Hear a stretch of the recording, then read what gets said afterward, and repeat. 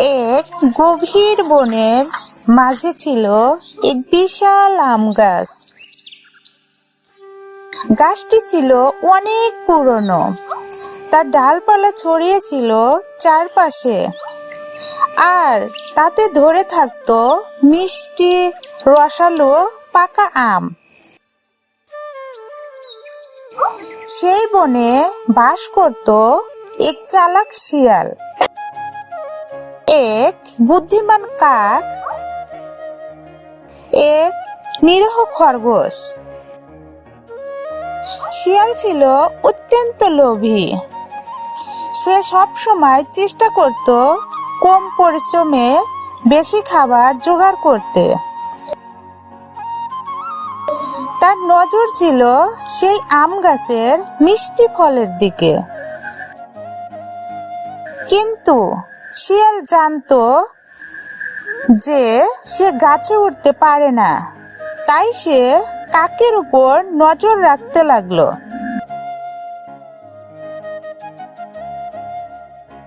কাক প্রতিদিন সকালে আম গাছের উঁচু ডালে বসে মজা করে পাকা আম খেত। সে গাছ থেকে ঠোঁটে করে আম ছিঁড়ে এনে একটু খেয়ে তারপরে তা ফেলে দিত।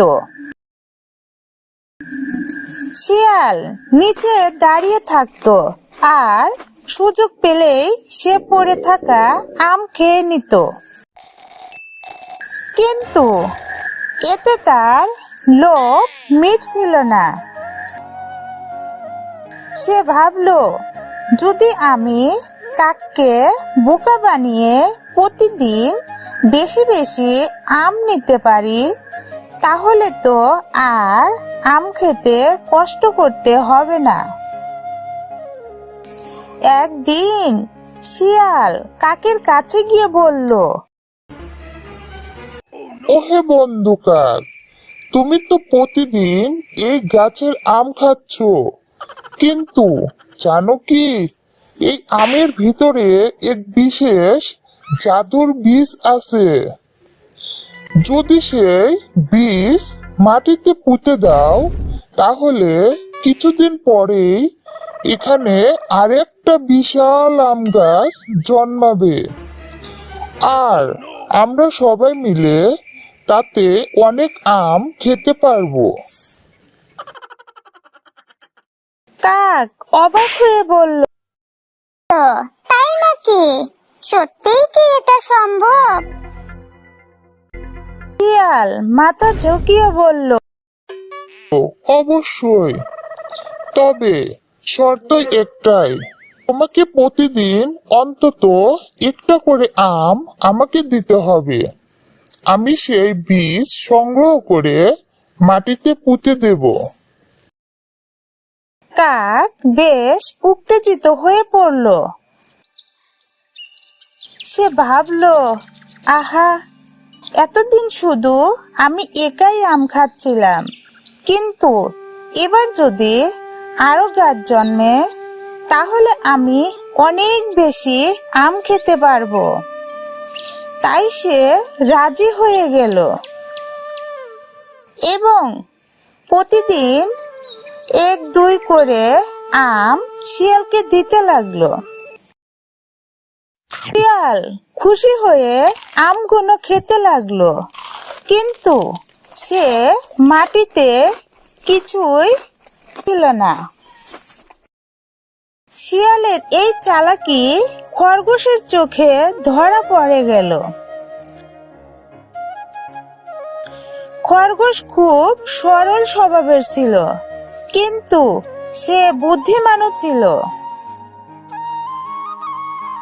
সে লক্ষ্য করলো, কাক প্রতিদিন আম শিয়ালকে দিচ্ছে, কিন্তু মাটিতে নতুন কোনো চারা গজাচ্ছে না। একদিন খরগোশ গোপনে শিয়ালের পিছনে পিছনে গেল। সে দেখতে পেল শিয়াল কাকের কাছ থেকে আম নেওয়ার পরই লুকিয়ে লুকিয়ে তা খেয়ে নিচ্ছে। সে কোনো বীজ মাটিতে হচ্ছে না।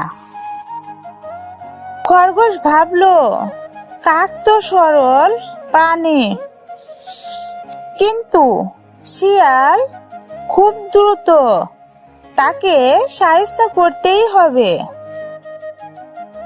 পরের দিন সকালে খরগোশ কাকের কাছে গিয়ে বলল, বন্ধু বন্ধু কাক, তুমি যে শিয়ালকে প্রতিদিন আম দিচ্ছ, তুমি কি কখনো দেখেছো যে সে আসলে বীজ মাটিতে পুঁতছে? কাক মাথা নেড়ে বলল, না তো, আমি শুধু দূর থেকে দেখি যে সে আম নিয়ে যায়, তারপর কোথায় চলে যায়। খরগোশ বলল, আমি গত কয়েকদিন ধরে শিয়ালকে অনুসরণ করছি। সে তোমার দেওয়া আমগুলো খেয়ে ফেলে, কিন্তু একটা বীজ মাটিতে পোঁতে না। সে তোমাকে বোকা বানাচ্ছে। একথা শুনে কাক খুব রাগান্বিত হলো। সে ভাবলো, আমি এতদিন শিয়ালকে বিশ্বাস করেছিলাম, অথচ সে আমাকে প্রতারণা করেছে। তাকে উচিত শিক্ষা দিতে হবে। পরের দিন কাক তার বুদ্ধি খাটালো। সে গাছ থেকে একটা বড় ও পাকা আম ছিঁড়ে নিল, কিন্তু সেটি তার ঠোঁট দিয়ে শক্ত করে চেপে ধরল। তারপর সে শিয়ালকে ডাকলো, বন্ধু শিয়াল, আজ আমি তোমার জন্য সবচেয়ে বড় ও সুস্বাদু আম পেড়েছি, কিন্তু এটা আমি সরাসরি তোমাকে দেব না।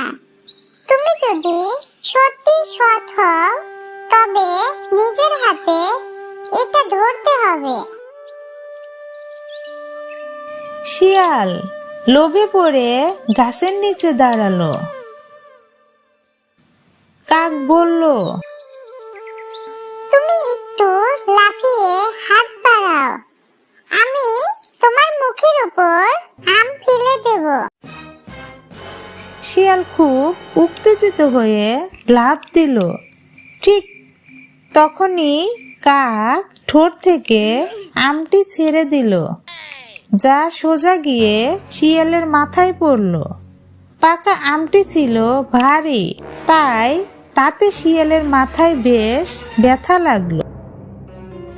শিয়াল ব্যথায় চিৎকার করে বলল, অপ, এত জোরে আম ফেললে কেন? কাক হেসে বলল,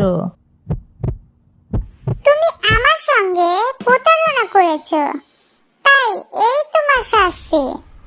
এবার থেকে লোভ কমাও আর সৎভাবে খাবার জোগাড় করো।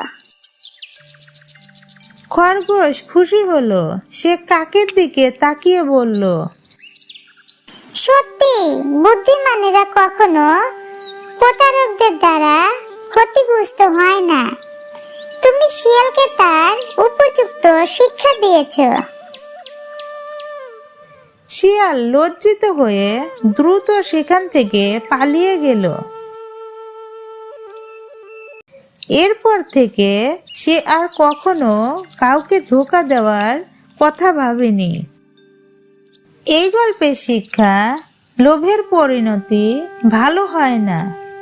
শিয়াল বেশি আম পাওয়ার লোভ করেছিল, কিন্তু শেষমেশ সে কিছুই পেল না। বুদ্ধিমত্তা প্রতারককে হারায়। কাক ও খরগোশের বুদ্ধির কাছে শিয়ালের ধূর্ততা টিকতে পারেনি। সততা ও পরিশ্রমের আসল সফলের চাবিকাঠি প্রতারণা করে কিছুক্ষণ লাভ করা গেলেও শেষমেশ সত্যেরই জয় হয়।